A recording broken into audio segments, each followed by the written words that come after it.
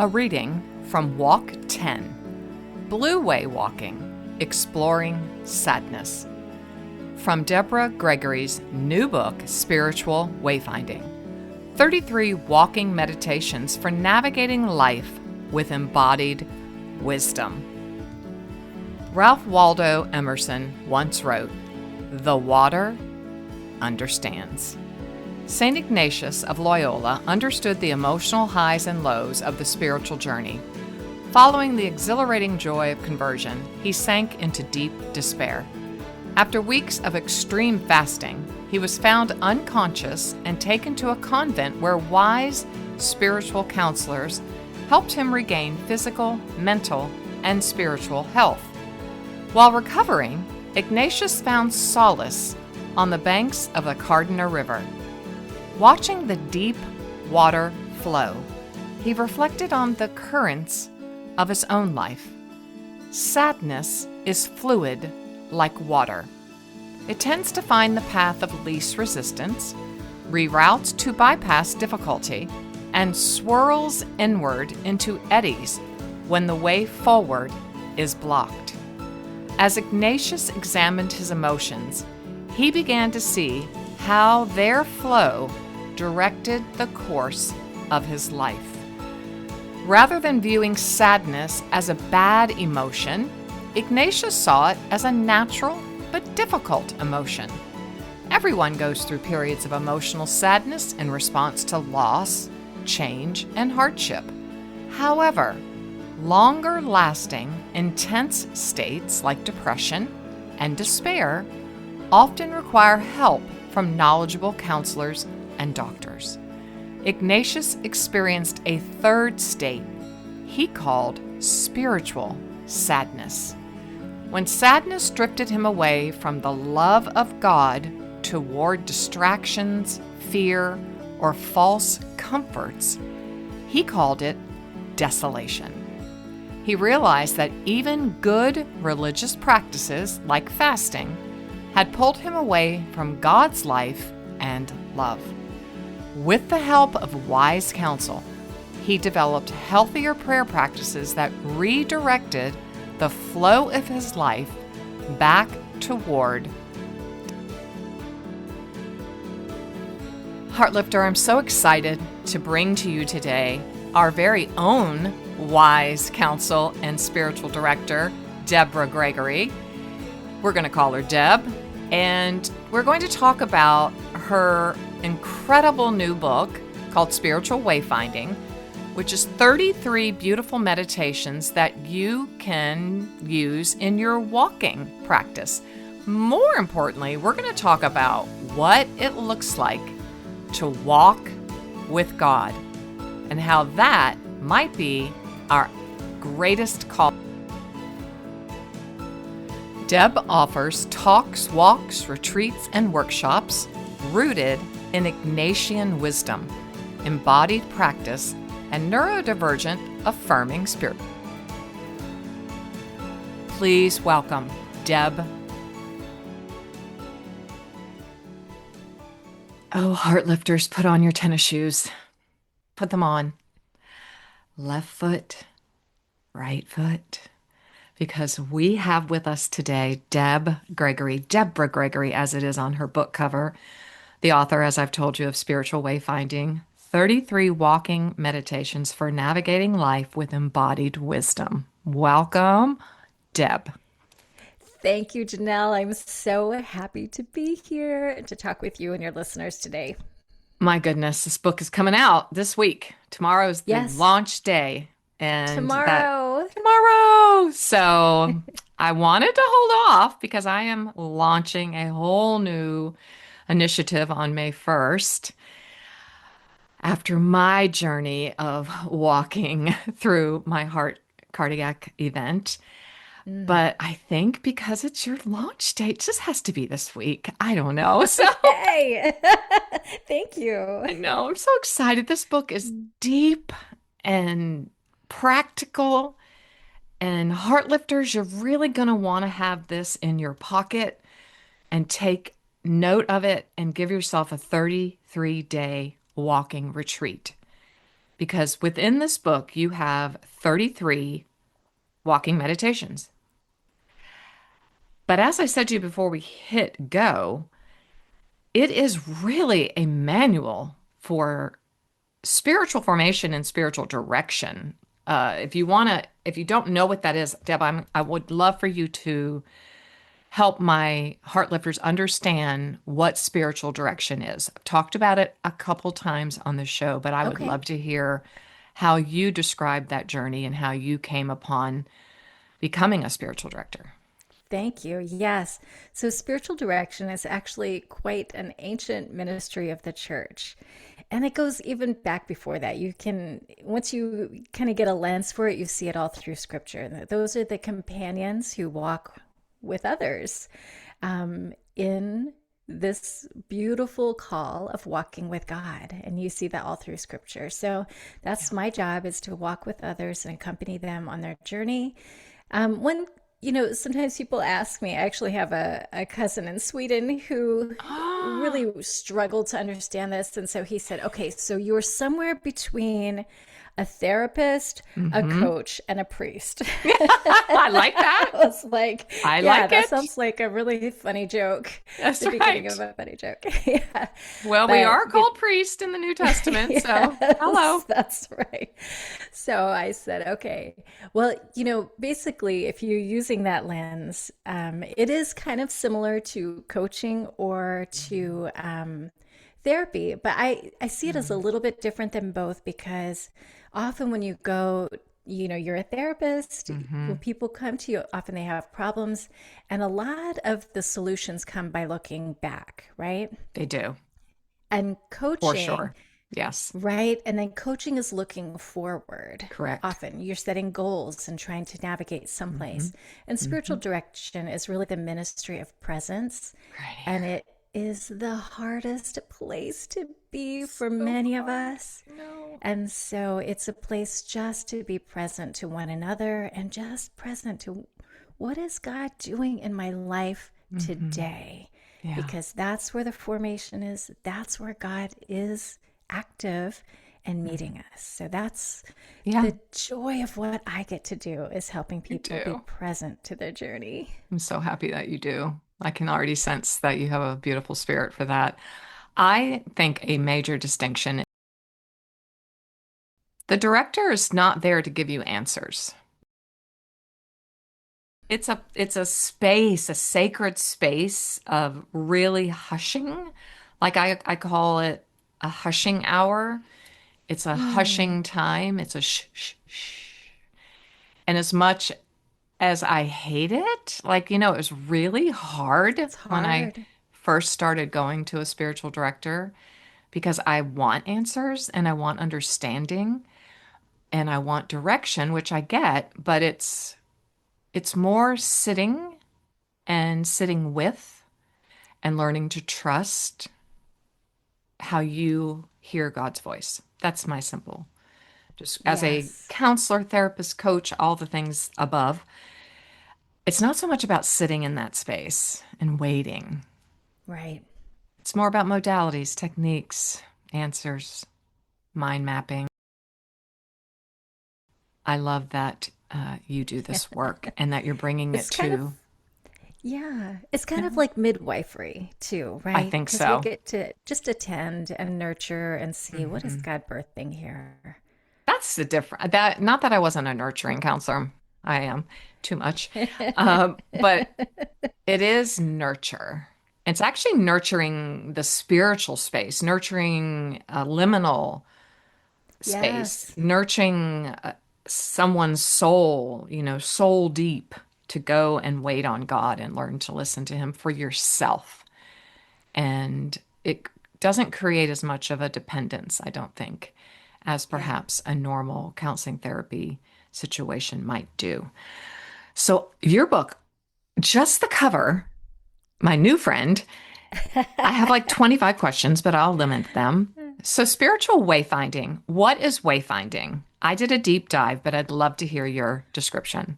I know I have to deep dive. I can't help myself. But Yes. wayfinding, I'm like, what is that? I want everyone to really understand what this is like a lifestyle, a spiritual Oh, practice to live as a spiritual wayfinder. I mean, whoo. Okay. yeah. So wayfinding, I think, is kind of one of those practices we've lost in our Yes. dependency on, modern technology, which Mhm. I'm not against technology. I love it. I use it all the time. But Sure. the way, you think back to how did people make their way through the world Hmm. before GPS, Hmm. even before a compass, right? And Yes. so the way that God designed us is to navigate the world with our sensory system by paying attention to what's going on around us, because each part of our sensory system helps us engage the world to It know how does. we're where we are, what we're doing, where we're going. So wayfinding is all about navigating the world with our embodied wisdom. And the ancient people could do it so well. I'm so fascinated. I start the book with the story of the Polynesian wayfinders who could navigate the vast Pacific Ocean in 60-foot canoes with just a sense of the feel of the waves, with their hand measuring stars, and Mm, uh, it's it's just brilliant. astounding, I the mean, way that just we're designed. take that in because Yes, yes. So we the are built. intuitiveness, right? We're Yeah, built with we're this built. intuitive GPS. We are for sure. I And love to that be able phrase. to, right, to figure it out and to understand. Would you go a little bit, share with us? Yeah. If I'm honest, I'm still figuring it Hmm. out. Sure. I, Yeah. most of my life, I have lived with this kind of disembodied, Hmm. in this headspace, because I'm really kind of a heady person. Mm.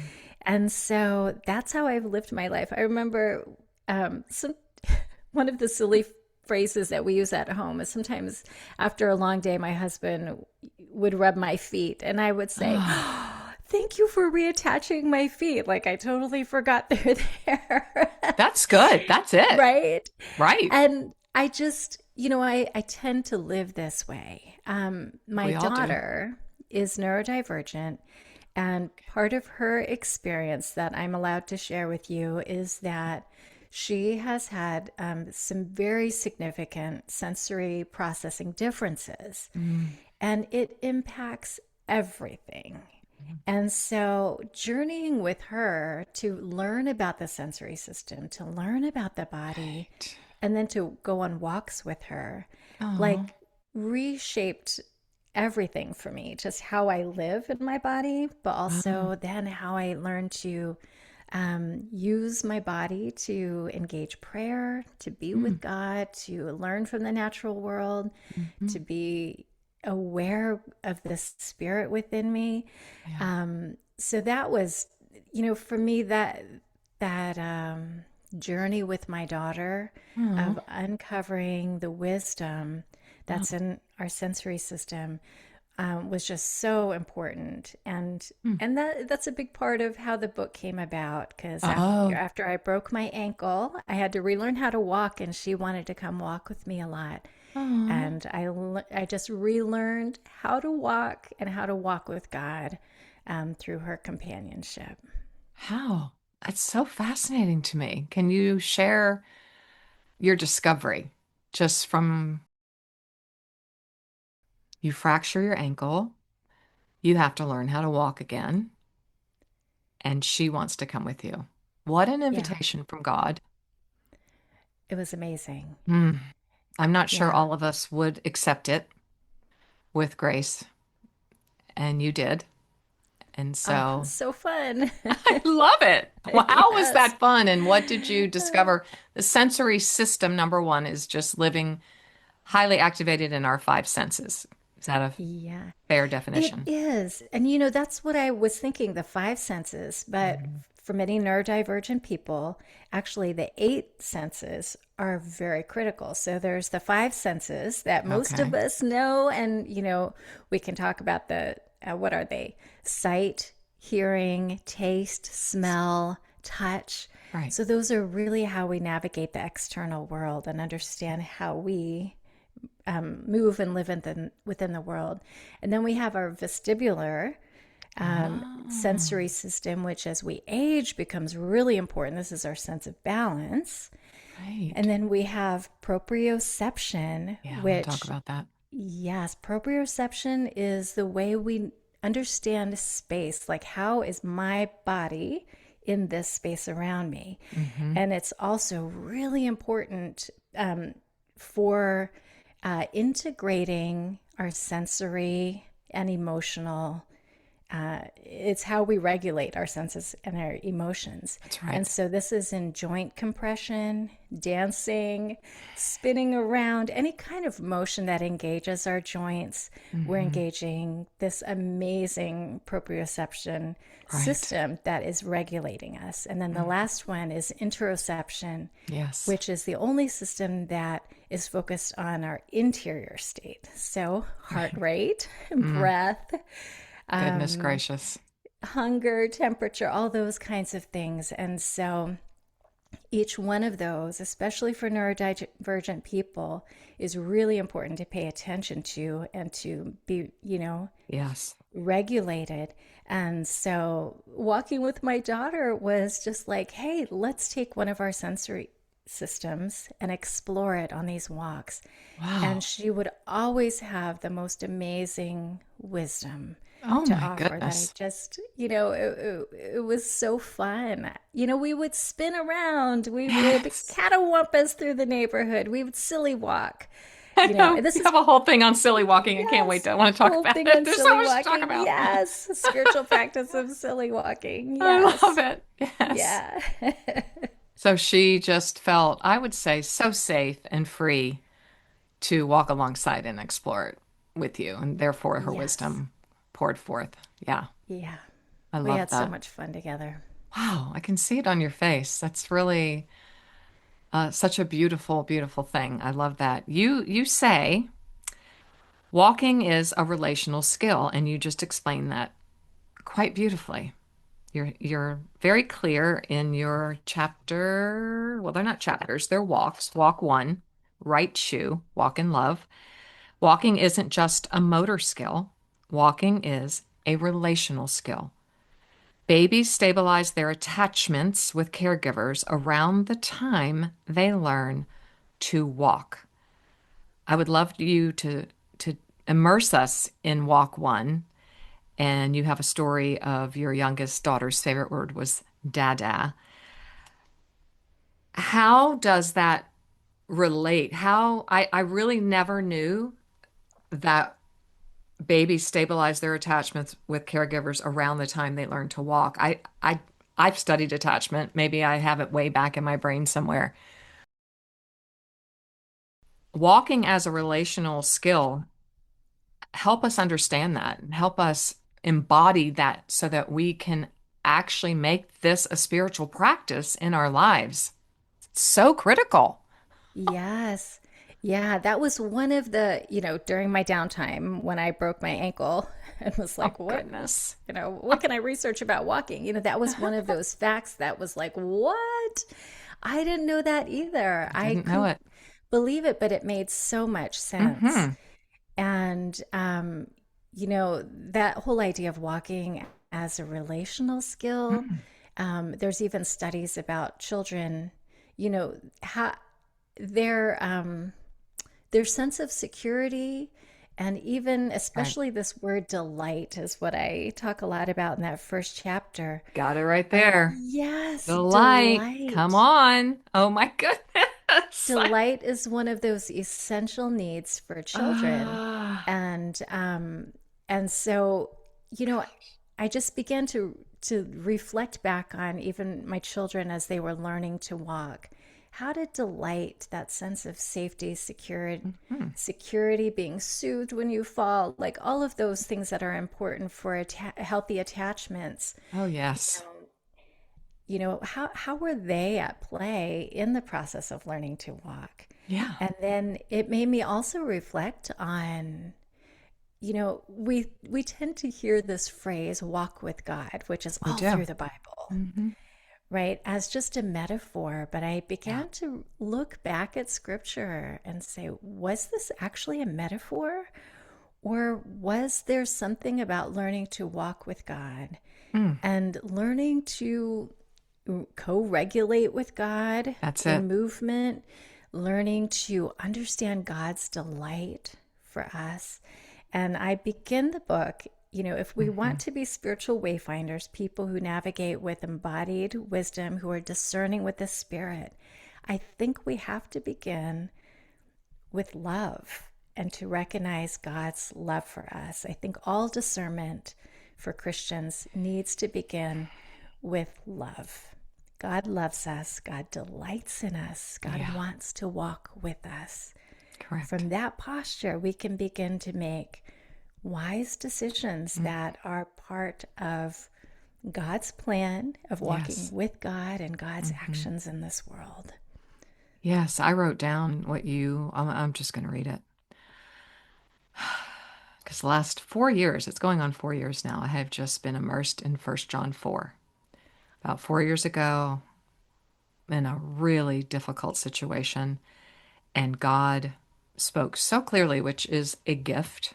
Can't say I've been walking 4 decades now and count on one hand the times I really, really, really know, wow, this was really you, God. And he told me to read First John 4 and verse 16 particularly. I know and believe the love that God has for me. Because I remember reading it on the floor of my room downstairs and 3 in the morning and going, I guess I don't know. Yeah. I guess I don't know. Because if I knew, this situation wouldn't be. So you write, I am learning that walking with God isn't just a theological skill. It's a physically active relational skill. And here it is. Lean in, heart lifter. This is our lean in. It's a physically active relational skill that deepens my secure divine attachment. We talk a lot about secure attachment in this Mm. community. Yeah. And I understood that in my head, but I'm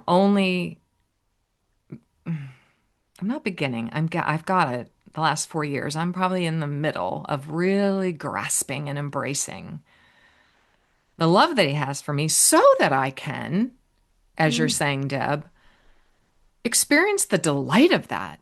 Yes. I mean, we just don't get it. We don't. I mean, Yeah. I can only speak for myself, but I have talked to enough followers Mm-hmm. that I'm like, we must not get this. You say Yeah. to walk in love as Christ loved us, Ephesians 5:2, recognizes that love begins with God. The evangelist John is more explicit. Here it is. We love because he first loved us. 1 John 4:19. I'm going to continue. I think this is really important. God is love. Love is the overflowing of God's very self into creation. Walking in love aligns us with God's movement of love and stabilizes us amid life's storms. And here's the sentence I will be writing. I've already underlined it. I've written it once and it's now going to go in my journal. God takes the first step. We respond by taking the next step.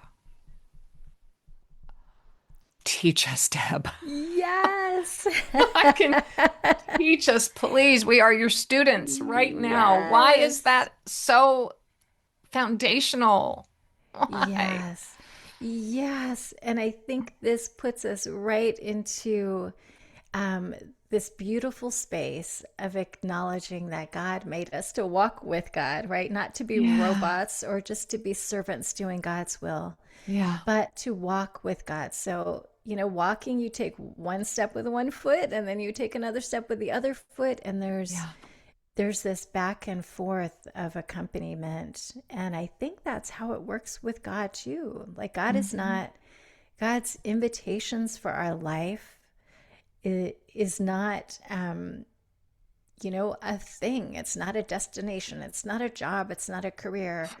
right? It's to walk with God and to participate with God in cultivating life in the world. I mean, that was from the very beginning in the garden, our job. And Can you say so, that again? Is there any way you can say that again? Because it's probably just flowing from your spirit. yes, But our yeah, primary, I mean, it's Micah 6:8, yes, walk humbly. walk humbly. We need to take this in here for a moment. Do with God, With God. not just for God, do with God.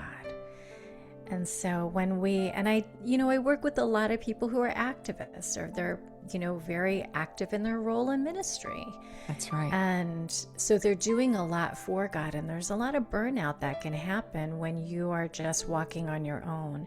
But when Yes. God takes the first step of love, and then our actions are a response of love to God's actions, Yeah. then it's much more delightful. Then we're accompanying God in something that God is doing. It's something bigger than us. And, and that's really the heart of spiritual wayfinding is entering into a world and an imagination for our role in a world and a kingdom that's much bigger than us. But we get to play a part We and we do. get to do it with God. We do. And I think that's really critical in our productivity driven culture, which is even within our Christian culture. We are to be in the world and not of the world, but we're very much of the world in many, many ways. Myself, front of the line. And it can be hard to discern. I thought I was walking with God, right? So until something will happen, like a cardiac event, a fractured ankle, heart lifter, you fill in the blank, where you are interrupted with an invitation. Sometimes it's a 2x4 because we haven't listened to the whispers or the words. But I wonder if there's anything you can help us today to practice really beginning walking with God in a fresh way. Like my listeners, I know, Heartlifters, you have walked with God. You have walked with God many, many decades, if not just 2 or 3. But if we could grasp and embrace, okay, here's the word, embody. Yes, there it is. There it is. That our real work, our real mission, our real job, however you want to say it, our calling is to walk with God. Is that a That's fair it. statement? Is that it? I think so. I mean, if you look back, God asked all of these Old Testament Mhm. characters, what did God say? God walked with them. Walk with me. Enoch walked with And him. Yes. and people walked all over. I mean, He really think did about walk. Abraham walked all over, Moses walked all over, the Hmm. Israelites walked all over. They were always Yes. walking with God, and they didn't always Yes. know where they were going. That's what I mean. It's like, but as we do walk with God, we put on our shoes, the left, the right. Like you say, the right shoe is walk in love. The left shoe is walk with humility. Heart lifters, you are going to love this work. I don't even want to call it a book. It's just a movement. It's a spiritual practice to learn to implement these beautiful principles and practices that you're giving us, Deb, to really walk with God. And then part one, employ sensory awareness. We touched on that. Hmm. So within that part one, sensory awareness, is the walk 8, the silly walking. Yeah. So I would love for you just to give us a little bit more on proprioception and Sure. balance, because I have a feeling many of us don't know what proprioception is or interoception, but that's all in part one. A little bit Mhm. more on silly walking. Yeah. Yes. Because I have So, 5 grandkids and I am having a lot of yeah. fun. They're under 4. The first one turned 4 this past weekend. So it's like they're under 4 and it's a lot of Oh, opportunity to be real silly. So, it's so fun. Yeah. So, I grew up with like Monty Python back in the day, and they had this famous comedy sketch about And the whole thing is about it's just poking fun at the ineffectivity of the government, right? The British government at that time. Right. Okay. But during the pandemic, a researcher, I think it was at the University of Arizona, I could be wrong. Hmm. Gleason, I think is his name. He did research on silly walking and found out that actually, when you silly walk, you are doing enormous work for your body. Like Wow. just 11 minutes of silly walking can Okay. a day is like equal to like several hours of hard work a week, No of kidding. hard exercise.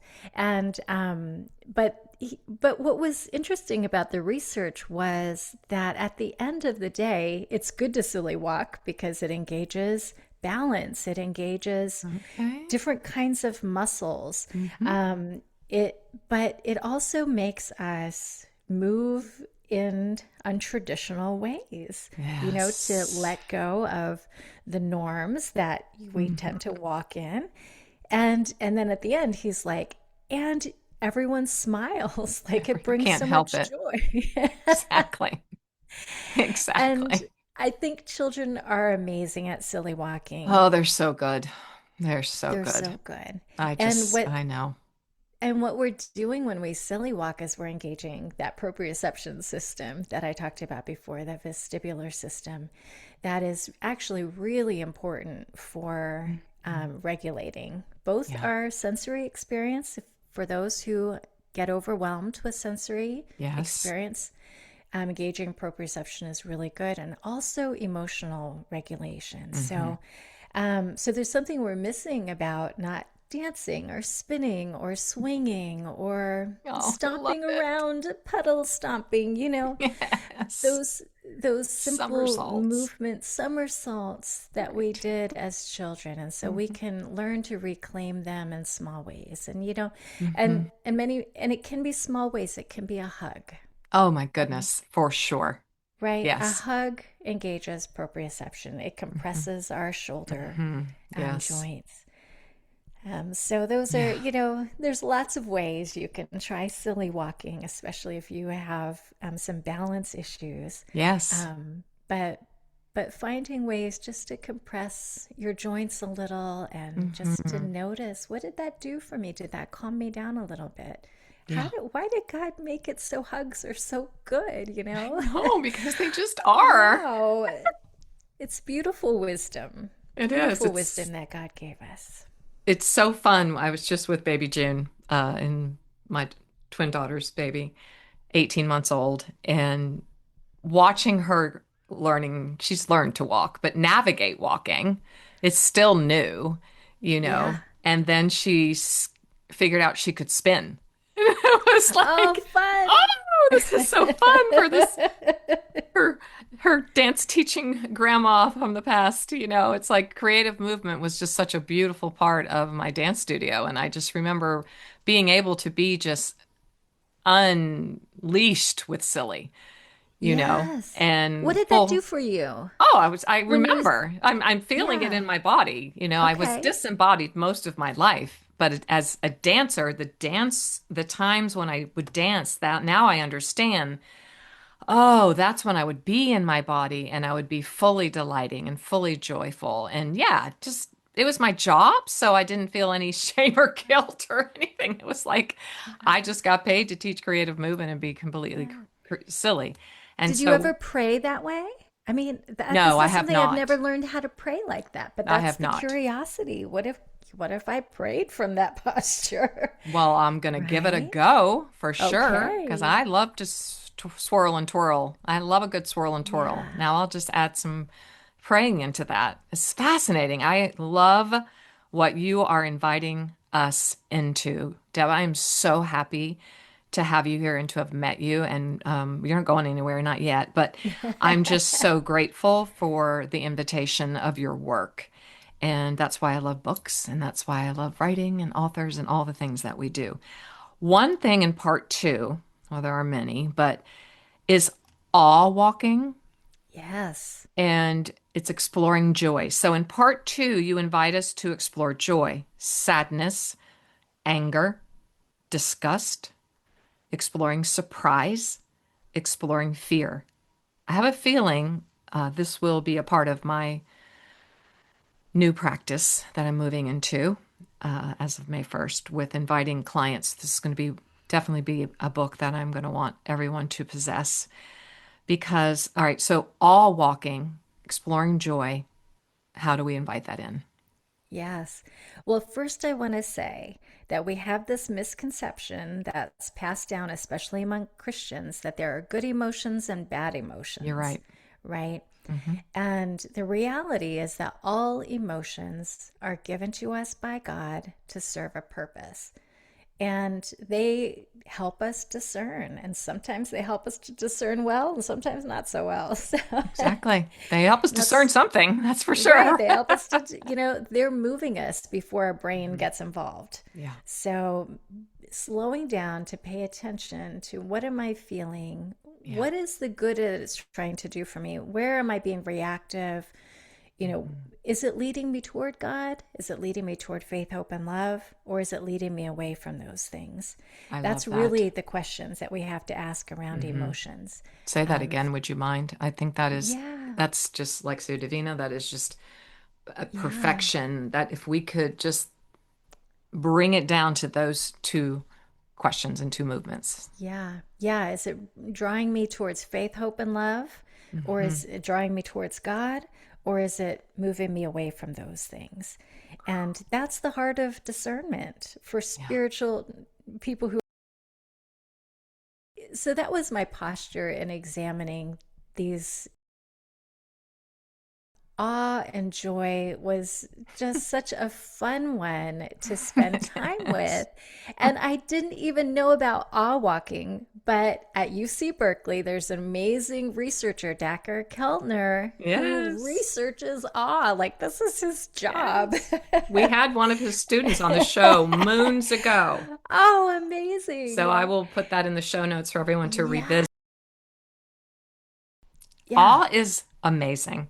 Awe Like is if you amazing. wake up and live, if you think about, okay, here I'm back from baby June and everything is awe. Like Yes. at 18 months, everything is like, and she would go, Yeah. just like I do. And, if I left there feeling so much happier Yeah.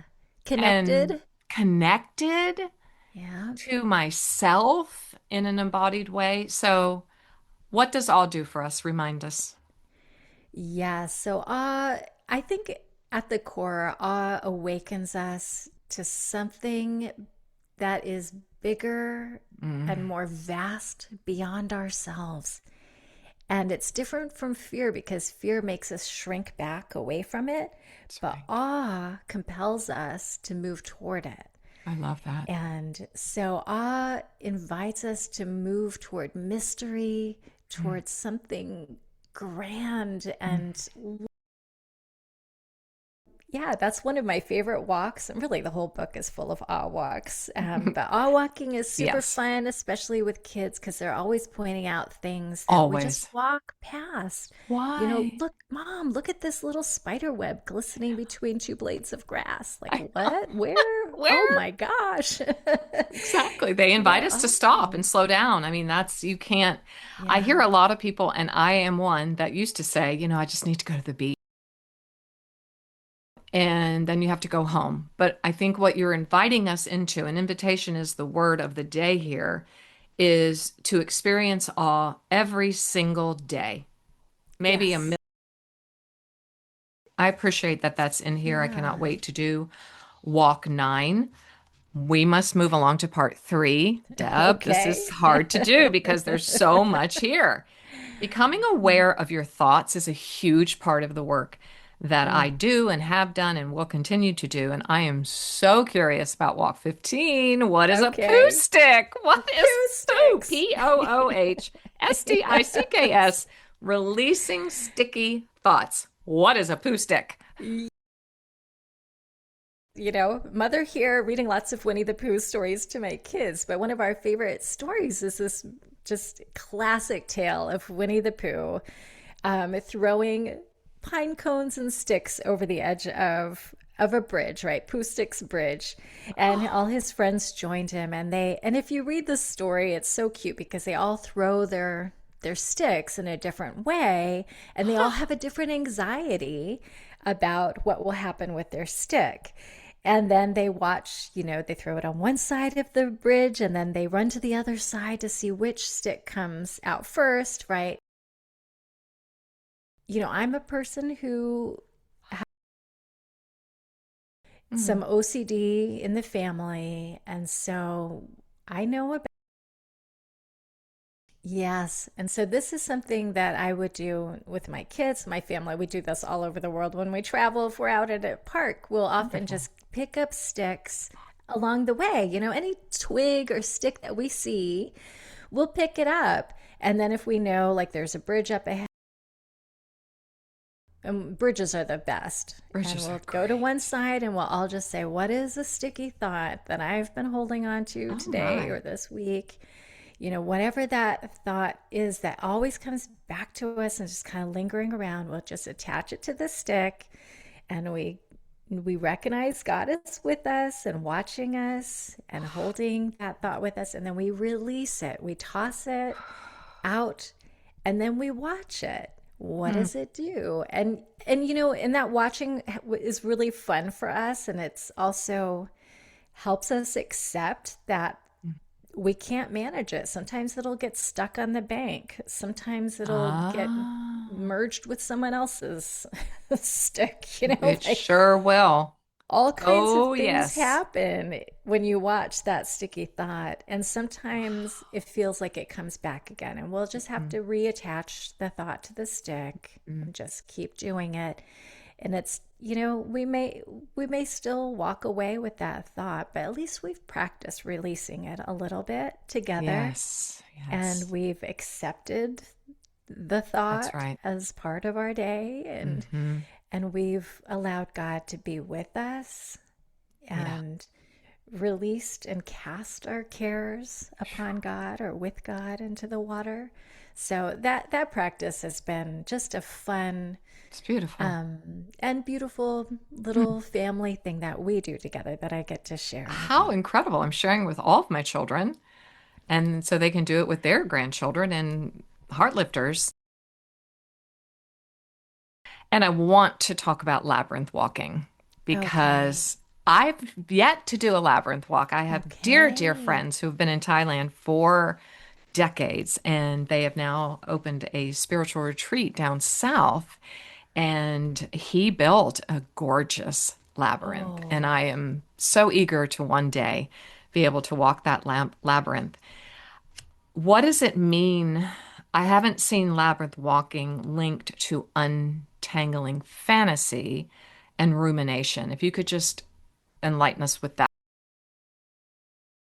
back when I began my spiritual direction training, we had to pick a practice that we were going to stick with for the course of our 2 year training. And because I struggle with being embodied, I said, so just that process of walking a labyrinth for me became such an important way of, this is another sticky thoughts kind of Yes, experience for me, yes.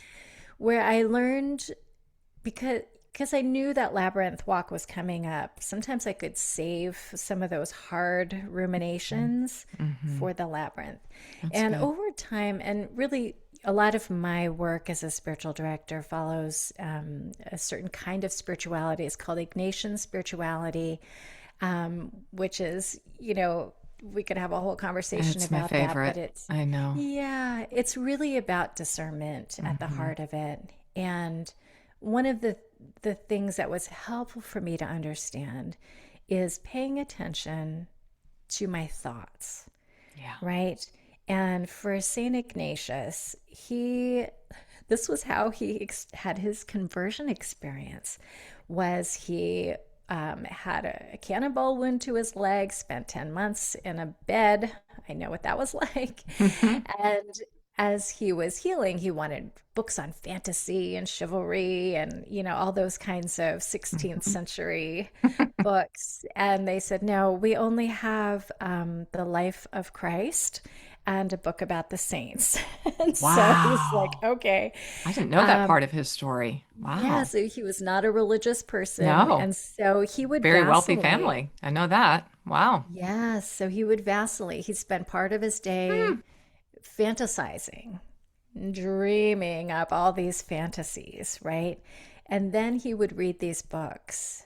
And he noticed Mm, that when he fantasized, which is really an action of where we escape reality, that's right. right? Yes. Those thoughts of escaping reality, building a reality around our ego, what we Hmm. want, or just, Mm, our disordered desires, at the end of the day, made him feel empty, a little mm, agitated, mm-hmm, kind of yucky. mm-hmm. But when he read the stories about the life of Christ, he felt energized and I love alive this. and hopeful. And so he noticed by examining his thoughts every day, Oh, wow. noticing the fantasy and the ruminations, and then imagining himself walking with Christ or in the scenes of these stories, Mm-hmm. the difference in his interior posture of these different kinds of thoughts. And that led to his conversion where he was like, I want to follow Jesus. Wow. I want my life to emulate the life of Christ. Wow. So this, Thank the God. labyrinth walk that we talk about, Hmm. just is just an invitation to examine the kinds of thoughts we Yeah. have. Mm-hmm. Where are there fantasies that help us escape from reality, and then Mm-hmm. where's the thoughts that help us gain a greater imagination for walking with God. Yes, you talk about contemplative imagination. And I've Yes. talked a bit about C.S. Lewis's uh, baptized imagination. I'll get it out. Yes. And I'd love to know what you mean by. That's the way in which we can pray with the gospel stories. Some people call it a gospel imagination. I love that. So it's a way in which and this is what Ignatius discovered as he imagined himself in the scenes of these gospel stories, Mm, awakened his senses. He called it a composition of place, like he composed and painted the scene around himself. love And that. people imagine in different ways. So, however it Hmm. is that you imagine, it can be more, you can visualize, you can, maybe for you, it's a different sensation. Placing yourself in the story. Yeah. And Ludolf of Saxony is the author that Ignatius was reading in the life of Christ. And he made the point that when we imagine ourselves in the story of Christ, we gain to have a better imagination of God in our story. That's And good. I think Mm, that's true. So, mm. exercising our imagination to place ourselves in these Bible stories when we read the scripture, Yes. it can help us to gain a better imagination for Yeah. how is God with me in my story, Right. and how am I walking with God Right right now. now today? Hmm. Yeah. Which I think a lot of us, well, I can only speak for myself. When you explain fantasy, like escaping reality, I think most of us engage in that Yes. quite regularly. Yeah. And we do that a lot of times through looking at social media or someone else's story and going, well, their story is so much better than mine, and my reality is terrible, and I hate my reality.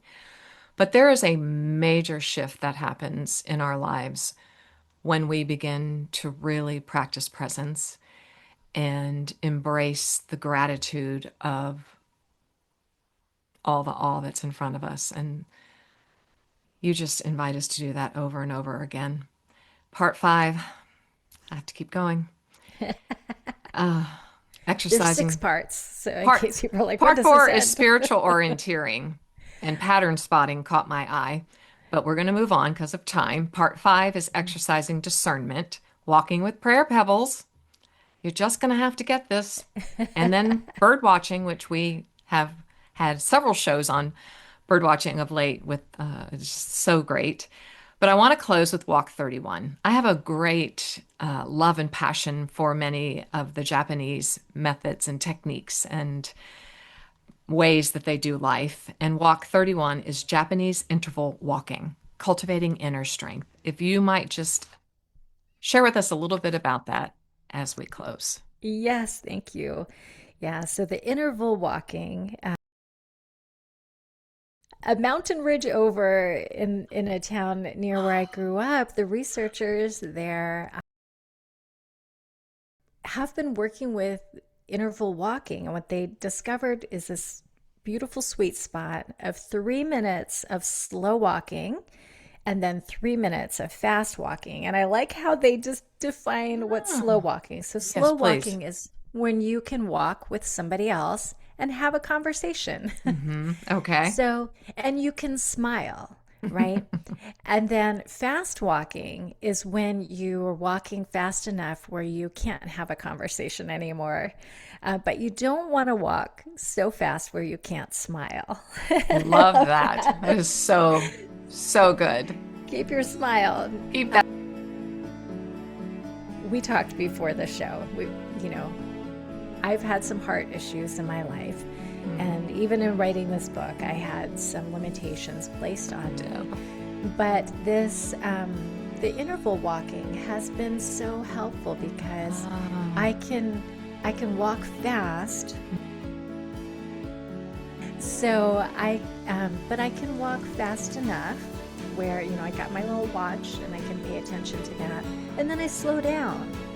And there's something about keeping that rhythm of work and rest, and and for me, finding God with me in both postures was new because, I like to work, and I don't always notice God with me. And sometimes just kind of that posture of work and rest and being with God in both was really beautiful for me. Yeah, I think that's one of the greatest takeaways of my own cardiac event was it's not about working and it's not about rest. It's about living, moving, breathing from a posture of rest. Yeah. That life has to be lived from a posture of rest and ease. And that is when you are walking with God. I've really learned that the hard way. And that's why I said smile. Keep that smile through thick and thin. Yes, that's just all we'll say for now.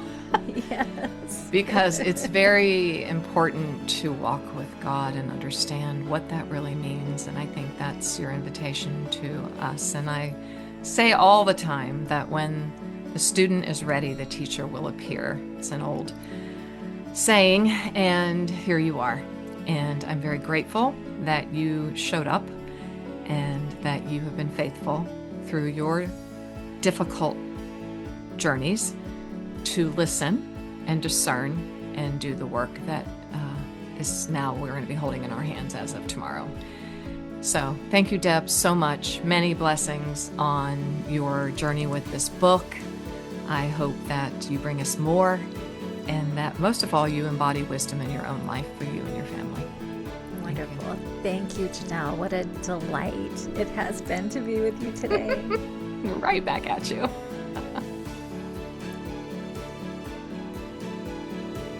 Thanks for being here today, Heartlifter. What a joy it has been to be with you. Please meet me over at Heartlift Wellness on Substack. That's at Heartlift Wellness on Substack, or over on Instagram at Janelle Reardon. And if you would be so kind, please rate and review the podcast. Just go to my website, janellereardon.com/podcast. Scroll all the way down to the bottom, and you will see all the steps there that you need to follow to rate and review the podcast. That helps us spread the word all over the world. Until next time.